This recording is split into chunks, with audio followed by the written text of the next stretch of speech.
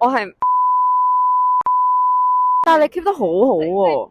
喂，Hello，我係 Cammy 啊！我哋今日嚟到旺角區，就睇下平時我哋女仔嘅美容習慣係點樣啦。Let's go！你每個月大約會使幾多錢喺 facial 或者護膚品上面呢300幾，大概400蚊以上左右。我係冇做 facial，冇做 facial，但係你 keep 得好好喎。你而家 sponsor 咁樣咁就去做下，但係我係冇特別做嘅。特別有啲咩推介嘅護膚品？都係用過嗰啲產品嗰個咯，我唔知佢叫咩嘢，嗰啲紅色嘅包裝咁樣，好似係面係咪面霜都有？我唔記得嗰個牌子，我韓國濃縮精華咁樣。我冇乜點用貴嘢嘅，之前用過藍媽，即係你海南之米，我成日叫藍媽，我覺得還好啦。我平時用 B5嗰個修復霜多啲，仲有啲普通保濕，但係就保濕我覺得隻隻都差唔多，所以我就冇特別推薦。正題啦，我哋係 Yes Beauty 嚟，我哋係做脫毛嘅。你有冇了解過脫毛咧？有冇乜。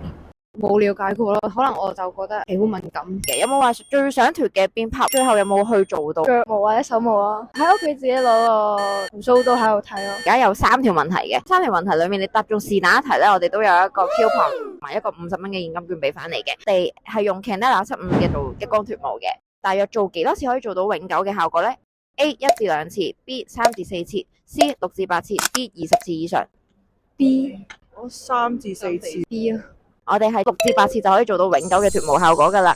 好，第二個問題啦，我哋嘅脫毛激光係用咩波長嚟做嘅咧？A 530 B 755 C 808 D 1064 B 咁啦，就係用75咧就可以去除毛髮嘅，咁所以唔使之後都係咁剃毛噶啦。好，我問埋你第3個問題啦，你脫毛之間嘅間距係大約幾耐度咧？A 3至5日，B 1個禮拜，C 4至6個禮拜，D 半年一次。一個禮拜。